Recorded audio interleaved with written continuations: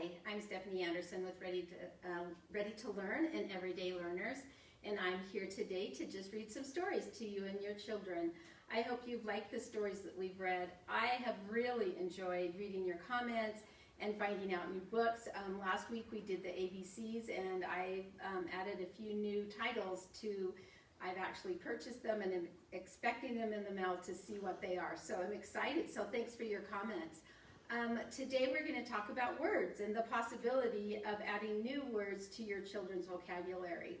On Tuesday we did a workshop called Rhymers Will Be Readers, and about the importance of nursery rhymes.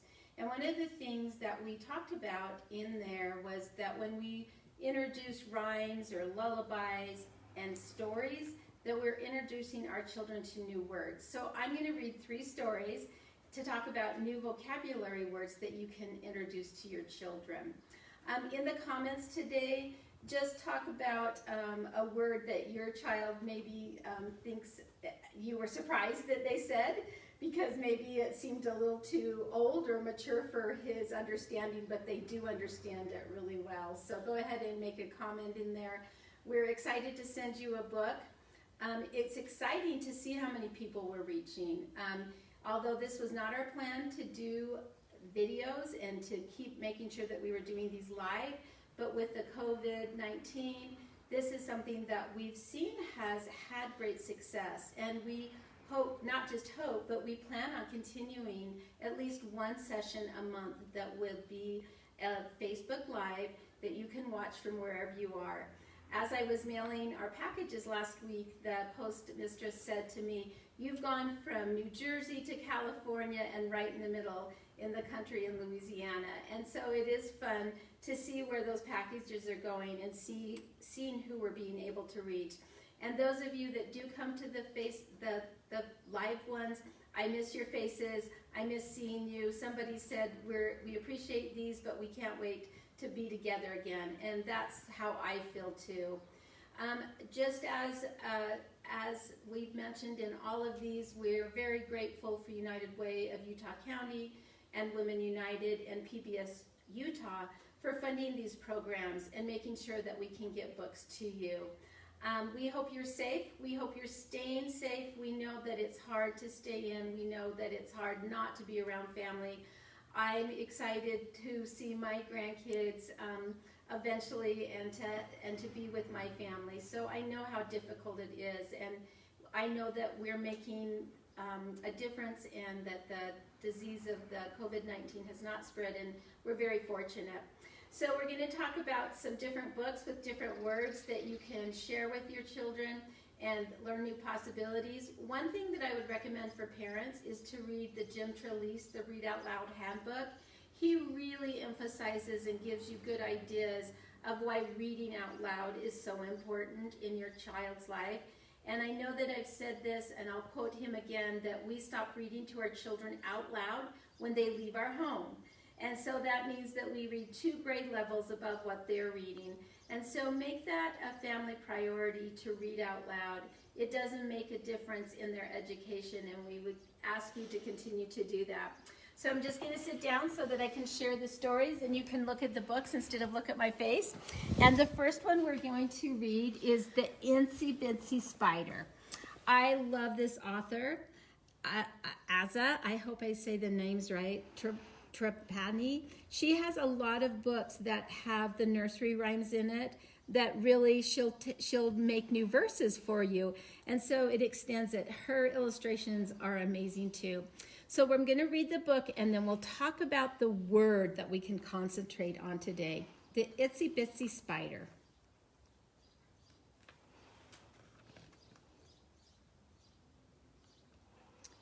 The itsy bitsy spider climbed up the water spout. Down came the rain and washed the spider out.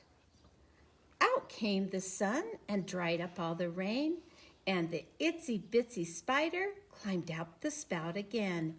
The itsy bitsy spider climbed up the kitchen wall. Swoosh went the fan and made the spider fall. Off went the fan No longer did it blow, so the itsy bitsy spider back up the wall did go. The itsy bitsy spider climbed up a yellow pill. In came a mouse and flicked her with his tail. Down fell the spider, the mouse ran out the door. The itsy bitsy spider climbed up the pill once more. The itsy bitsy spider climbed up a rocking chair. Do you see it? It's hiding right up there. Up jumped the cat and knocked her in the air. Down plopped the cat, and when he was asleep, the itsy bitsy spider back up the chair did creep. The itsy bitsy spider climbed up the maple tree. She slipped on some dew and landed next to me. Out came the sun, and when the tree was dry, the itsy bitsy spider gave it one more try. The itsy bitsy spider climbed up without a stop. She spun a silky web right at the very top.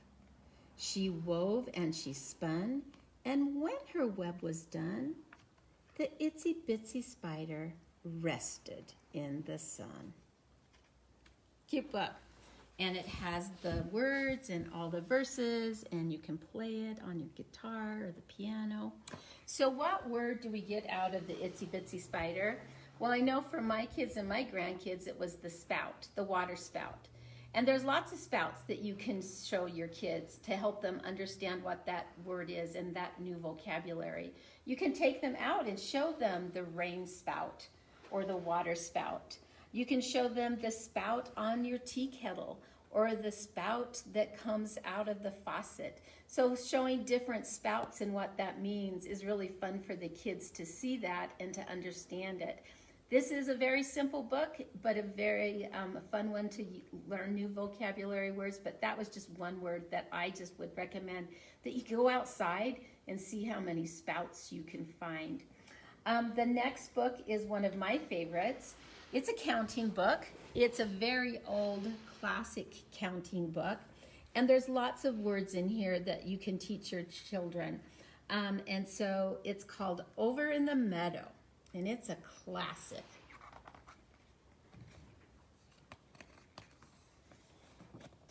Over in the meadow, in the sand, in the sun, lived an old mother toady and her little toady one. Wink, said the mother. I wink, said the one. So they winked and they blinked in the sand and the sun. Over in the meadow where the stream runs blue lived an old mother fish and her little fishies too. Swim, said the mother. We swim, said the two. So they swam and they leaped where the stream runs blue. Over in the meadow, in a hole in a tree, lived an old mother squirrel and her little squirrels three.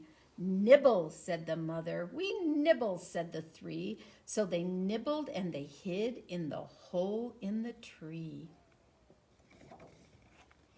Over in the meadow, in the reeds on the shore, lived an old mother otter and her little otters four.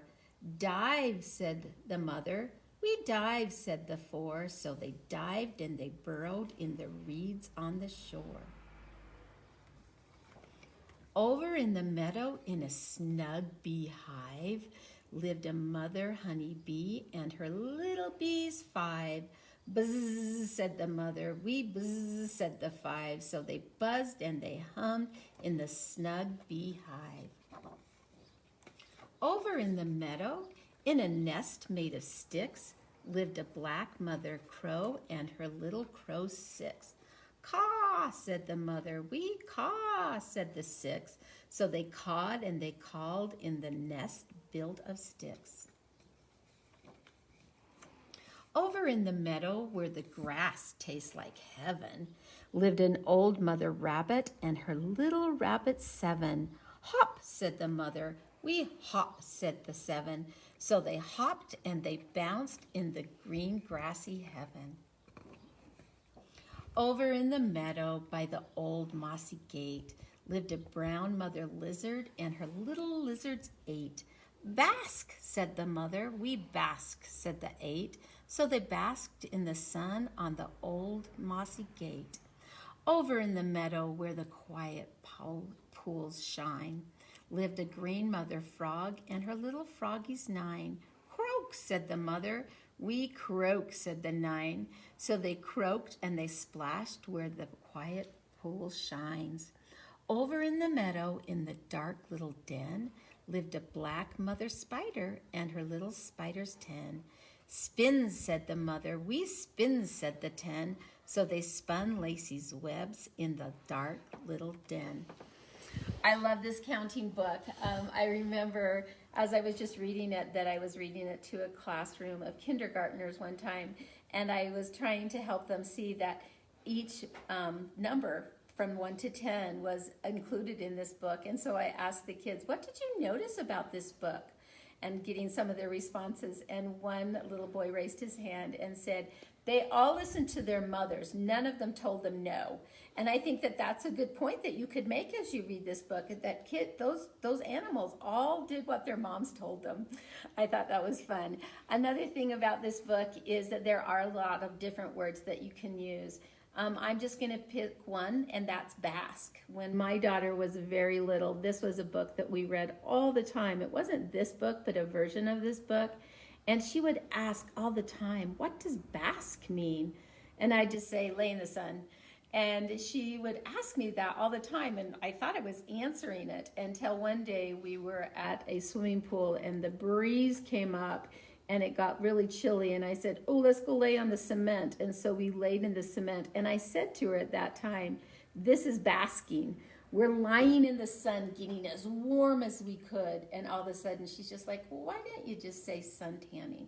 So I guess I should have said that. But anyway, when your children ask those questions, see what they'll introduce new words. Just remember that if kids can say all those dinosaur names, that language. The last book that I'm going to read is called Possibilities. Ask your kids, what does it mean, possibility? What kind of very short, very short, and shorter than ever possibilities. What are some of the possibilities that have been happening in your house during this quarantine? What are some things that you found? I like this book because it talks about some of those what ifs that might be a little scary right now, and what can we do? So the vocabulary word for this is a possibility. What is a possibility? What makes things possible? What if, then we, short, very shorter than ever possibilities. For every what if, the imagination creates a possibility, and in that possibility lives a story. What if we got lost far, far away and we couldn't find our way home? Then we would become explorers, the bravest explorers in the world. What if the clocks stopped tick-tocking? Then we would have no bedtime. Ooh, what is that? What if every crayon in the world melted? Then we would grab our pencils and fall in love with gray. What a neat treehouse. What if we began to cry and could not stop? Then we would make our own ocean to sail and fish for dreams. What if all the words in the universe disappeared? No, ocean, dreams. Then we would invent a whole new language. What if we got mad and never, ever, ever talked again? Then we would miss all the things that we would never, ever share again. What if something really big and really scary happens? Then we would whistle and hold hands until it wasn't big or as scary. What if we wanted to imagine 1,000 more possibilities? Then we would. I liked this ending, the credits. To young writers, creators, and makers who imagine possibilities and fish for dreams, and to my mom who loves clocks, I will love you till the end of time. So what are the possibilities? Try to use that word this week instead of it's impossible or we can't do this, we can't do this. Maybe say, what is possible to do? I hope you've enjoyed these stories. I just want to share with you what the activity that you'll get that will help you a little bit for those of you with young children. You'll get a red barn that you will get a sack that you'll cut the sack and create a door. And then inside this barn are some animals.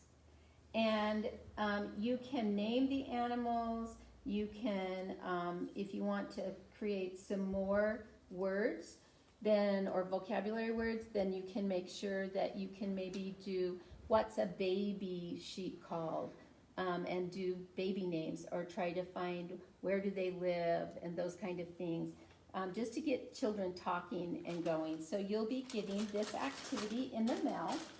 And I just want to remind you, you just need a comment to get a free book. You'll have until Sunday night to make that comment, and because on Monday we start getting all the books ready to get sent out. If you missed the Ready to Learn Rhymers Will Be Readers workshop that we did on Tuesday, you can go to the Welcome Baby page and watch that. There is a Google form that you do need to fill out after you've watched that, and then you can get another book. I really like seeing all the partners and spouses watching these together, that we can send you 2 books. Last week there was one person that got 4 books, so it's pretty fun to send them in the mail and to know that we're helping build your libraries. Thanks for joining us. If you need any help, make sure that you call 211. If you know anybody that needs assistance, have them call 211 and to get the resources that they'll need. Thank you for watching, and we'll see you on Tuesday on the Welcome Baby page for another Ready to Learn and storytelling, and then next week at 3:30 for some more stories that I'll just read out loud. Have a great day.